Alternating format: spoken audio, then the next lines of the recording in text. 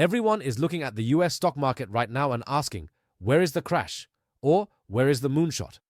Here is the reality. We are in a weird limbo. But if you look at the predictions for 2026, analysts are calling for single-digit growth. Let me tell you a secret about Wall Street analysts. They predict single digits every single year, and they are almost always wrong. We either rip double digits up or we crash double digits down. The middle ground, it almost never happens. So am I buying the dip on tech right now? Absolutely not. Here is why I'm bearish on big tech for 2026, and the one boring defensive stock I'm buying instead to protect my cash. Remember, none of this is financial advice, just what I'm doing with my own money. Do your own research before you press that buy button. Let's look at the charts. The large cap giants, Google, Microsoft, NVIDIA, Apple, the valuations are getting ridiculous. We are seeing PE ratios pushing past 30. For value investors, that is a flashing red light. But it's not just the price, it's the spending. Look at the CapEx. Google is planning to dump nearly $90 billion into AI infrastructure. Meta is spending $70 billion. They are burning cash to build AI data centers, but the return on investment isn't there yet. They are spending today for profits that might come in 10 years. Wall Street hates uncertainty. Google says if we don't spend it, we die. Analysts say you're wasting money. This disconnect creates fear, and fear leads to corrections. That is why I believe 2026 will see a pullback in these massive tech stocks.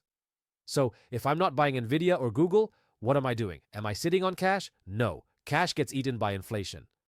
I'm moving into defensive stocks. These are the stocks that people buy when they are scared.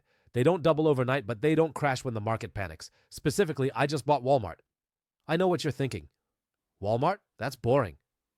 Exactly. Boring is good right now. I was looking at Costco versus Walmart. I love Costco as a business, but the stock is overpriced. It's trading at a massive premium. Walmart, on the other hand, is sitting at a much healthier PE ratio, and technically it's in a beautiful bullish trend. Americans shop at Walmart whether the economy is good or bad. It's a safe place to park capital. I'm using it as a hedge. If tech corrects, I can sell Walmart to buy tech at a discount later. If the market stays flat, Walmart still grows. I get this question constantly. Should I try to pick the winners like you or just buy an ETF?